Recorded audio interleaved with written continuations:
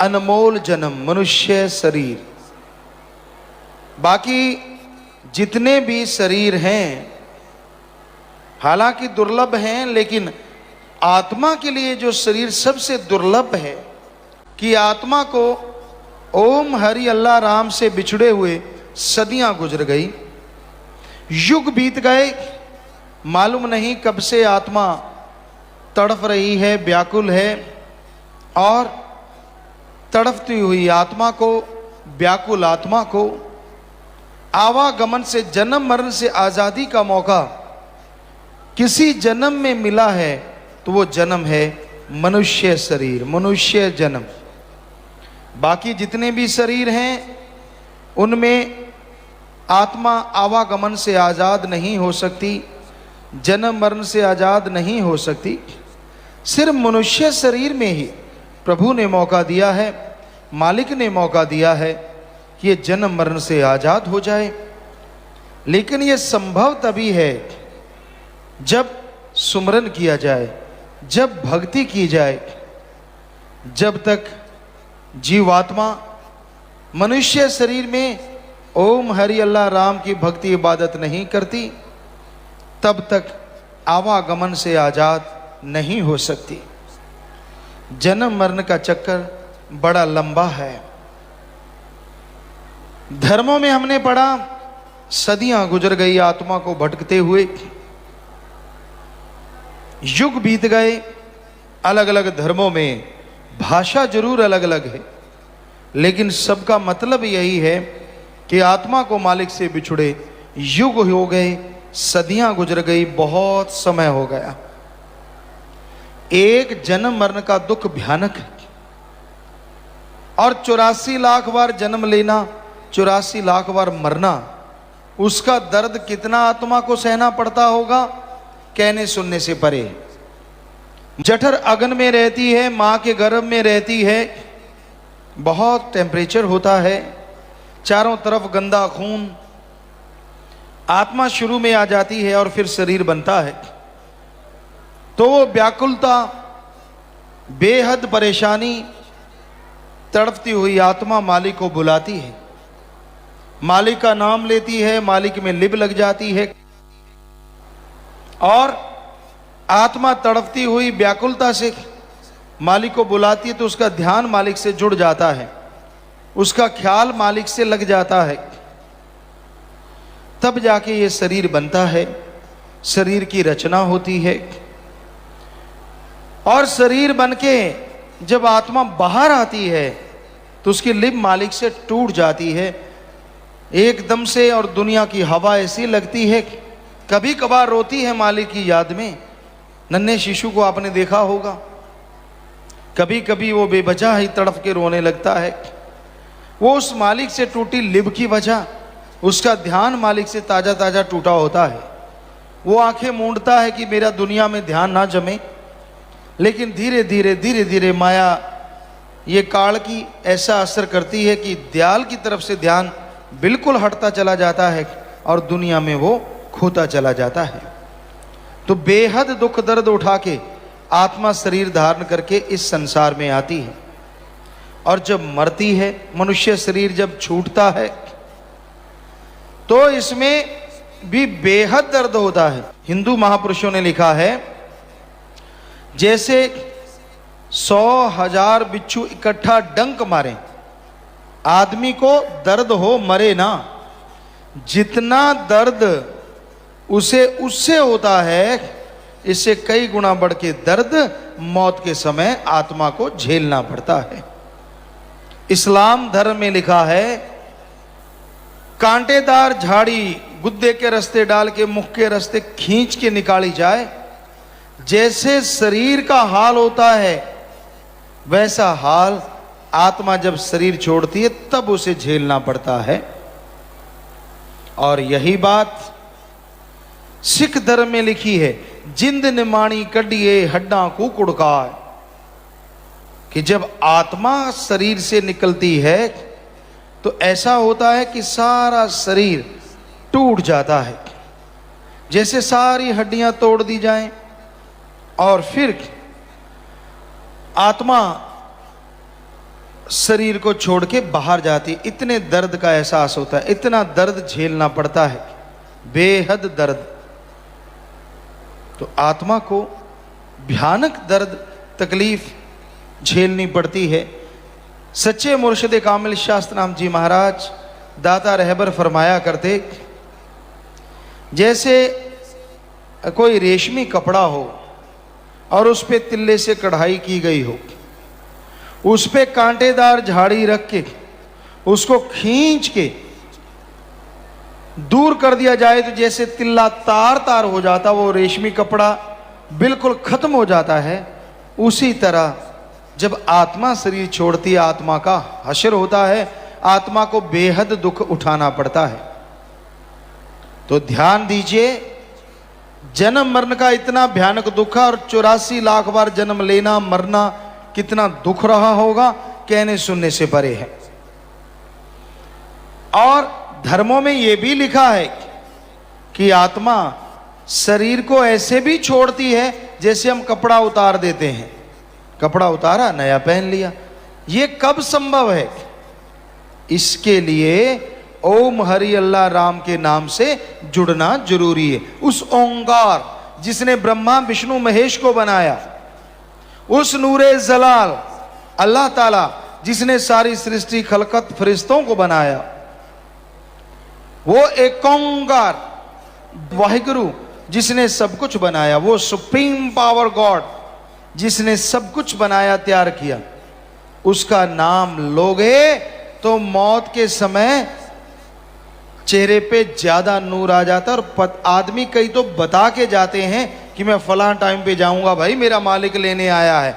ऐसी खुशी होती है जो जिंदगी में कभी हुई नहीं होती, दर्द तो दूर की बात।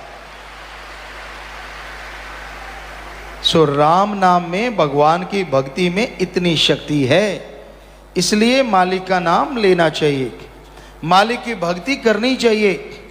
मालिक की भक्ति से ही ये सब कुछ संभव है, अन्यथा भाई जन्म मरण के दुख भोगने पड़ते हैं।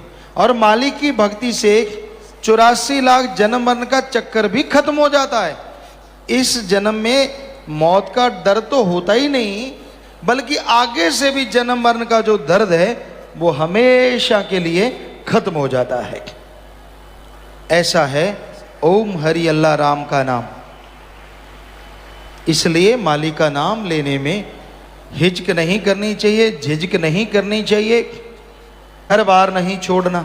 आप अपने घर परिवार में रहते हुए मालिक का नाम ले सकते हैं, प्रभु की भक्ति इबादत कर सकते हैं, क्योंकि मालिक का नाम लेने से, प्रभु की भक्ति इबादत करने से इंसान के जन्म मरण का चक्कर तो खत्म होता ही होता है, बल्कि आवागमन से भी मुक्ति मिलती है, आवागमन से भी मोक्ष मुक्ति मिलती है। और जीते जी जितने गम दुख दर्द चिंता बीमारियां हैं वो भी पहाड़ जैसी अगर हैं तो कंकर में बदल जाया करती हैं।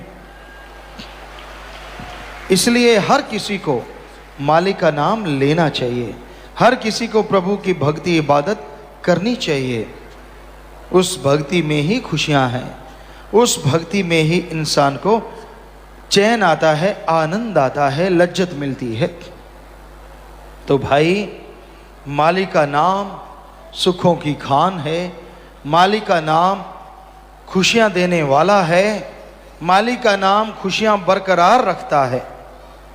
जैसे आपको खुशियां मिल गई, घर में सब कुछ आ गया, लेकिन वो खुशियां हमेशा बरकरार रहें, वो खुशियां कभी कम ना होने पाएं, इसके लिए जरूरी है कि आप मालिक का नाम लेते रहें। अरे जोर क्या लगता है आपका? अगर सुबह शाम 15 मिनट 20 मिनट देने से मालिक के नाम से आपके भयानक कर्म कट जाते हैं, तो आप मालिक का नाम लेते क्यों नहीं? भक्ति इबादत करते क्यों नहीं? मालिक का नाम जरूर लेना चाहिए।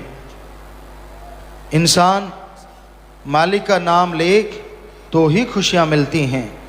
जब मालिक का नाम लेना बंद कर देता है तो उसे अपने कर्मों का बोझ उठाना पड़ता है। तो मालिक का नाम बिना दाम के मिलता है, मालिक का नाम लेने में कोई दाम नहीं लगते और हैरानी है फिर भी लोग मैं फिर देखूंगा, फिर सोचूंगा, अभी ठहर के लूंगा। क्यों भाई? क्या तेरे पास भरोसा है कि वो आने वाला टाइम तेरे हाथ में है? श्वास आए ना आए ये तो राम जी जाने, अल्लाह मालिक जाने किसके कितने श्वास बकाया हैं। इसलिए ये बहुत जरूरी है कि आप समय रहते मालिक को याद करो, भक्ति इबादत करो।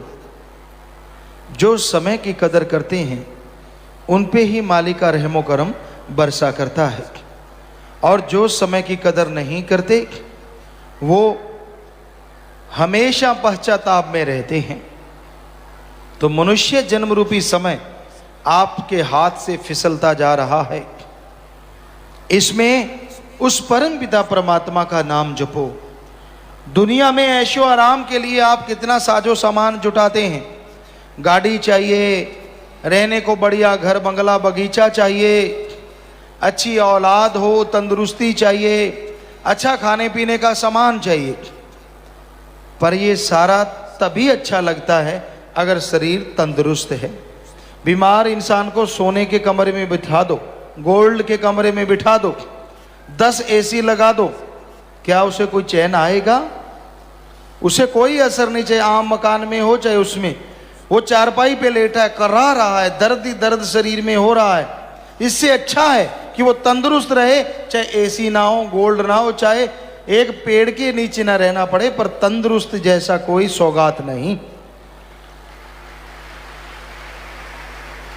तो अगर जीवन में तंदुरुस्ती चाहते हो कि आपको बीमारियां लगे ही ना, तो राम का नाम रेगुलर जपा करो। जैसे सुबह सुबह उठते हो, चाय नाश्ता लेना जरूरी, आप लेते हैं, खाना लेना जरूरी, दिन को भी खाना टाइम पे लेते हैं, नहीं लेते तो अंदर चूहे कूदते हैं। सारा काम आप टाइम पे करते हैं। एक ही काम है जो टाइम पे नहीं करते, राम का नाम, अल्लाह की इबादत, वाहिगुरु की याद। उसके लिए भी टाइम निश्चित कर लो कि हाँ भाई मैं इस टाइम नाम जपूंगा, रात को भी इस टाइम जपूंगा ही जपूंगा। और उसका नाम जपने से तंदुरुस्तियां आएंगी, घर में बरकत आएगी और आने वाली परेशानियां उड़ती चली जाएंगी। क्यों नहीं थोड़ा सा टाइम देते? क्यों नहीं जरा सा समय देते? पता नहीं क्या इतना काम है आपके वश में हो, मौत आने वाली हो तो जमदूत को भी रिश्वत दे दो, मेरा अभी काम बाकी है यार, 5 लाख ले जा, मुझे कुछ दिन के लिए छोड़ जा। पर वहां रिश्वत नहीं चलती। जब टाइम आ गया उसने तो आपकी सुननी नहीं, झट से ले जाना है। सो आप ये कहते हैं मुझे काम बहुत रहता है, सत्संग में नहीं आ सकता, बड़ा काम धंधा है, इमरजेंसी हो जाए, तेरा बच्चा बीमार हो जाए, देखते हैं काम कैसे चलेगा।